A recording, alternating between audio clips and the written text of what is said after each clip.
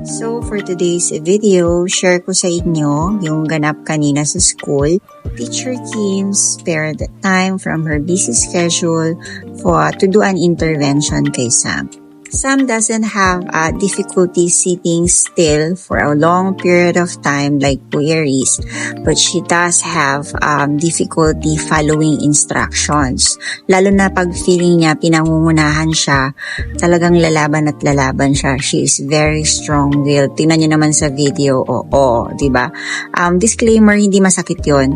Akala mo lang humiga siya, pero ganyan siya. Uupo siya, babagsak niya yung katawan niya, pero dahan-dahan lang siya. Hindi niya binabagsak yung likod niya or yung ulo niya. Ayan. In fairness naman kay Teacher Kim, binitawan na nila si Sam kasi kung patuloy nilang pipilitin, parang ifo-force si Sam na mag-sit, masasaktan lang yung bata.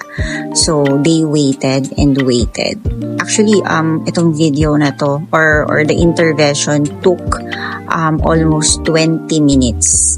So, ayan. Teacher Kim was calm yet firm during the whole intervention. Diyos ko, kung ako siguro yan, either wala hindi na, uwian na lang or mag-give in na lang ako. Nakakailang attempt na ba siya?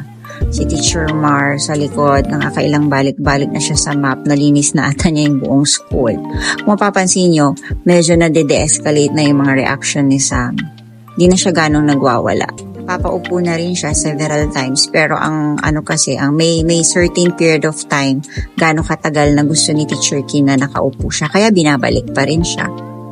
Kailan malapit na siya sa goal, ayan na, papayagan na siya, bigla naman siyang tatakbo. So anong lesson? Patience is a virtue. Yan, magbabag na, makauwi na kami. So, ang tawag sa intervention na ito ay matira matibay. Ayan, sa wakas makakauwi na, tumakbo siya. Pababalikin yan. Balik, no running. Bawal kasi silang tumakbo. So, walk lang. One more. Mag-walk na siya. Buti nag-walk na siya, kundi papaulit-ulit sa kanya. Nagsasalita pa siya. Walk. Ayan. Tapos sinasabihan na siya dyan to knock. Knock. Who's there? Ayan.